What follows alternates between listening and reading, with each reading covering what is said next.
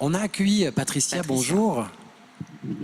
Alors tout à l'heure j'ai mis trois petits points parce que je sais que c'est déco et tout ça. Je vois des fleurs qui sont là en plus, je vois de belles tulipes et des roses jaunes ici. Je vois d'autres fleurs. Quelle est la thématique du jour de ta chronique? Mais c'est bientôt le 14 février, Philippe. Et qu'est-ce qui se passe le 14 février? Le 14 février, on fête l'amour, c'est la fête des amoureux, ça ne vous a pas échappé?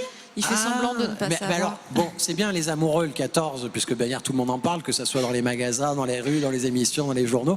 Mais j'allais dire, de toute manière, là, les conseils du jour, j'allais dire, même pour les personnes, j'allais dire, célibataires aussi, c'est des petits conseils qui vont nous servir à tous ou pas? Plein de conseils pour les amoureux, pour ceux qui sont célibataires et pour les enfants qui ont envie de faire plaisir aux gens qu'ils aiment. C'est ça, parce que la Saint-Valentin sont les amoureux, mais pas que. La fête de l'amour. Moi, je fête l'amour, je ne fête pas que les amoureux. Alors, et aujourd'hui, on va parler de fleurs. Pourquoi des fleurs, finalement? Parce que... Eh bien, parce que les fleurs, c'est vraiment un moyen d'expression. D'abord parce que c'est joli, parce que ça fait plaisir. Et ensuite, on va pouvoir exprimer un sentiment avec la fleur. Donc, on va commencer par ce bouquet d'orchidées et de roses. Alors, pourquoi l'orchidée? Pourquoi la rose rouge? La rose rouge, vous savez tous que c'est la fleur de la passion et de l'amour. Donc c'est un vœu d'amour que l'on fait lorsqu'on l'offre à une personne. Et ensuite l'orchidée, parce que l'orchidée, c'est la fleur du désir. D'accord. Et donc, pour le 14 février, lorsqu'on est avec la personne que l'on aime, quoi de mieux que de lui exprimer son désir et son amour? Oui, c'est une belle association, l'orchidée. Vous le saviez, Madame Méric, que l'orchidée était la fleur du désir? Non. N'hésitez pas à prendre le micro. Non. Moi non plus. Ah oui, pardon, non, je ne savais pas. Et ben, je vais hésiter à mettre des orchidées chez moi maintenant. Vous avez raison. Surtout à la fenêtre, pour pouvoir, parce que sinon tous les chats errants vont voir ça. Voilà, donc faites attention, vous avez raison. Venir. Mais par contre, l'orchidée, c'est excessivement difficile, je trouve, à entretenir. Alors, il est vrai que l'orchidée, effectivement, si vous achetez une plante et que vous la gardez chez vous... J'ai jamais réussi à... Alors, c'est normal que la fleur tombe à un moment donné. Donc, la fleur, elle est périssable. Donc, à un moment donné, elle va tomber. Ce qu'il faut, c'est arroser les racines, les vaporiser, laisser bien les racines en extérieur. Et vous allez voir refleurir votre plante à un moment donné. Voilà. Mais là, elle n'est pas là pour nous donner des conseils jardinage. Mais tant qu'à faire. Non, moi j'avais envie de vous parler de la rose rouge. Morgane, est-ce que vous savez pourquoi la rose est rouge? Et pourquoi la rose rouge est la fleur de la passion? La passion. Rouge comme le sang, comme le cœur. Absolument. Eh bien, en fait, c'est la déesse Aphrodite qui était amoureuse d'Adonis. Elle avait une passion pour lui qui était infinie. Et malheureusement, Adonis a eu un accident de chasse. Et donc, il a été écrasé par un sanglier. Et du coup, elle est accourue pour le sauver. Et lorsqu'elle est accourue, en fait, à l'époque, chez les Grecs, les roses étaient blanches. Et lorsqu'elle s'est agenouillée auprès de lui pour lui porter secours, les fleurs ont baigné dans le sang d'Adonis.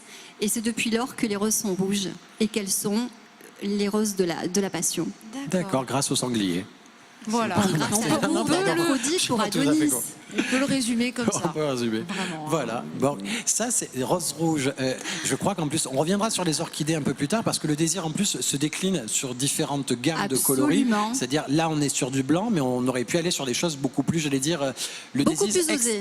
Extrêmement fort et extrêmement direct, par exemple. Beaucoup plus osé, beaucoup plus franc. Oui, effectivement. Moi, je pense qu'il y a un membre de notre équipe qui va être très intéressé.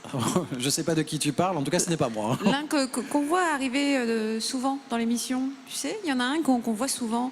Je pense qu'il peut devenir comédien. T'as une idée? Oui, Mickaël. Ben le voilà. C'est Mickaël. Salut. C'est Mickaël. Et je vois qu'il y a d'autres bouquets. Tu as parlé d'enfants, tu as parlé d'amitié aussi. Alors ensuite, moi, ce que je propose, c'est tout simplement lorsqu'on est célibataire et qu'on entend parler de la Saint-Valentin, moi je trouve que c'est très agaçant. Donc moi, je m'adresse à toutes ces personnes-là et je vais leur dire, voilà, invitez vos amis, faites un dîner sympa et fleurissez votre table avec des fleurs jaunes. Alors souvent, on entend parler de trahison, d'infidélité avec la rose jaune. Les jaunes, c'est un peu comme le bouquet C'est qu'on a là dans le noir, vase, dans ce le vase noir. dans le vase noir. Et donc, vous avez des roses jaunes et de la tulipe jaune. Et là, en fait, le message, c'est quoi? C'est on va rire, on va s'amuser, parce que le jaune, c'est la couleur du bonheur, c'est la couleur du soleil, et c'est la couleur de la joie. Voilà. Moi, j'ai souvent entendu que le jaune, c'était une couleur qu'on associait. J'entends toujours le jaune cocu, tout C'est simplement. ça, oui. Oui, pareil. bah c'est faux, c'est faux. C'est C'est faux. faux, c'est transgressif de dire une chose pareille, c'est une mauvaise information. Donc, on peut avoir des voitures jaunes, par exemple. Par exemple, ça ne signifie rien. Le jaune, c'est la couleur du soleil, c'est la couleur du bonheur, c'est la couleur du rire, c'est la couleur du partage. Et puis je trouve que la tulipe est très graphique. Elle apporte quand même un côté assez moderne et associé à la rose, je trouve ça absolument magnifique. C'est joli. La tulipe, en plus, a d'autres sens, parce que je crois que la tulipe aussi, si on veut faire une sorte de déclaration amoureuse. Alors, la tulipe peut aussi s'inscrire dans le désir. Et alors, moi, je conseille à toutes les personnes amoureuses de déposer une tulipe rouge sur l'oreiller de la personne aimée pour lui signifier son désir, le plus ardent. Ah, et là, on est aussi, je crois qu'avec tout à l'heure, on a parlé des orchidées. L'orchidée orange a le même sens aussi. Alors, l'orchidée orange, c'est vraiment très direct. Alors, j'oserais pas dire en plateau ce que ça signifie Bah, est-ce que je peux- littéralement. Alors, en fin de compte, c'est maintenant tout de suite, tu me le fais. C'est exactement Voilà, c'est ça. C'est une proposition indécente, Ah, avec adorablement deux mots auraient indécente. suffi, hein, mais voilà, en le disant comme C'est ça, maintenant ou jamais, c'est- quoi. c'est moins direct. Non, c'est pas maintenant ou jamais. C'est Non. maintenant, tout de suite, je veux, là, Ah, maintenant. c'est je veux. Vas-y, fais-le. D'accord, Voilà. fais la vaisselle. Voilà, fais-le, fais la vaisselle. Ouais, ça, c'est Voilà, bien. tu vois. Je t'ai offert des orchidées oranges pour que tu fasses la vaisselle maintenant. Voilà. C'est plus élégant pour ordonner les choses. Et là, le jaune, pareil aussi, là, sur la, tu le disais, la tulipe rouge, cette fois-ci, sur l'oreiller pour signifier ça. Et tu as parlé d'enfants aussi, je crois, tout à Eh l'heure. bien oui, parce que souvent lorsqu'on est parent ou bien lorsqu'on est tout simplement des enfants, on a envie de faire un cadeau pour la Saint-Valentin, soit à ses parents ou bien peut-être à une personne que l'on aime, pas forcément papa ou maman. Et donc là, j'ai composé un bouquet avec des couleurs assez tendres. C'est toujours un vœu d'amour, puisque la rose, c'est un vœu d'amour, mélangé avec de l'œillet vert, donc de la rose avalanche, de la rose sweet pour le rose pâle. Et là, on est vraiment dans quelque chose de très doux, de très poétique, et on va pouvoir signifier à cette personne son amour, et c'est vraiment une déclaration d'amour innocent. Là, c'est vrai que quand on les voit là en live, à l'image, il y a un côté un peu plus rosé qui apparaît sur toutes Absolument. les fleurs un peu. Et en live, on voit c'est vraiment un blanc assez pur, un rose assez tendre et un petit La vert pureté. très clair, la pureté. La pureté, c'est l'amour innocent, c'est la pureté, c'est vraiment pour signifier voilà, tous les sentiments d'amour qu'on a pour cette personne. Et ça peut être les parents, comme ça peut être tout simplement la personne qui s'occupe de soi et qui prend soin de soi. Et on a envie de lui faire plaisir avec ce bouquet qui est tout à fait frais et dans l'air du temps. Je trouve le fameux, ce que tu viens de dire, frais et dans l'air du temps, c'est-à-dire que c'est le genre de gamme de bouquets qu'on peut facilement arriver à trouver sur des tables de mariage ou sur des... Absolument. C'est vraiment dans la tendance. Je n'aime pas trop dire tendance parce que c'est un mot qui peut très vite s'évaporer. Hein. La tendance, elle est très éphémère. Mais en tout cas, pour le coup, effectivement, pour ce qui concerne le mariage, oui, on est sur des bouquets comme ça, très champêtres, avec des couleurs très douces. C'est vraiment une très forte demande de la part des mariés. D'accord. Bon, en tout cas, il y a encore d'autres éléments ou d'autres choses que tu aurais voulu nous dire et que j'oublierais de te faire dire ou pas? Eh bien, vous avez vu sur la table, j'ai plié des serviettes en forme de rose. Si vous voulez, je peux non, vous j'ai pas expliquer très gentiment. Alors, on René. va Les invités. on va prendre la serviette que l'on va plier en triangle de cette façon-là. Bon, Donc ça jusque-là, va. Morgane, Je sais faire. on y arrive. Hein, c'est très Jusque-là. facile. Ensuite, on va l'enrouler sur à peu près une largeur, allez, on va dire de 1,5 cm. Et on va l'enrouler.